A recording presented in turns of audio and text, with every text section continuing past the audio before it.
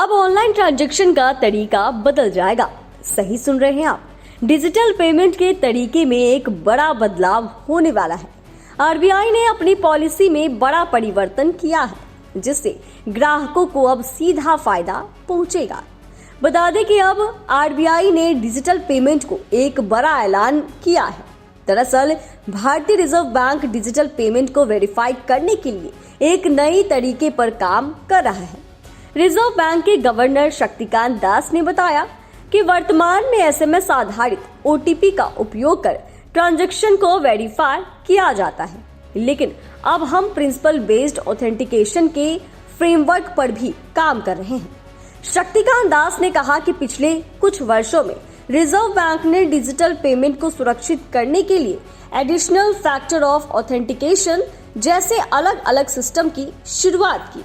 हालांकि एसएमएस आधारित OTP system बहुत लोकप्रिय हो गया है।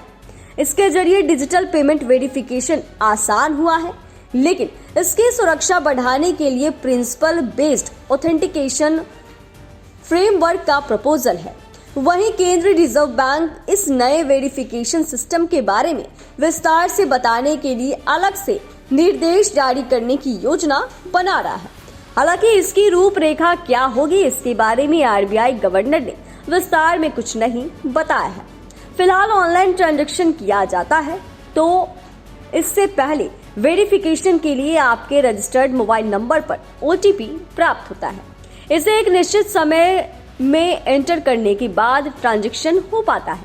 अधिकांश बैंक और लेंडर डिजिटल पेमेंट के लिए इस एसएमएस आधारित ओटीपी सिस्टम पर भरोसा करते हैं। हालांकि रिजर्व बैंक डिजिटल ट्रांजैक्शन को प्रमाणित करने के लिए एक नई रूपरेखा का प्रस्ताव कर रहा है।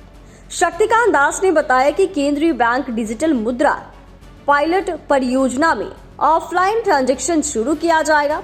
इसका मतलब है कि डिजिटल रुपए के यूजर्स सीमित इंटरनेट कनेक्शन वाले क्षेत्रों में भी ट्रांजैक्शन कर सकेंगे। बता दें कि आरबीआई ने दिसंबर 2022 में खुदरा सीबीडीसी की प्रायोगिक शुरुआत की थी। इसमें दिसंबर 2023 में एक दिन में 10 लाख लेन देन का लक्ष्य हासिल कर लिया था। चलिए आपको ये भी बता दें कि अभी क्या है सिस्टम।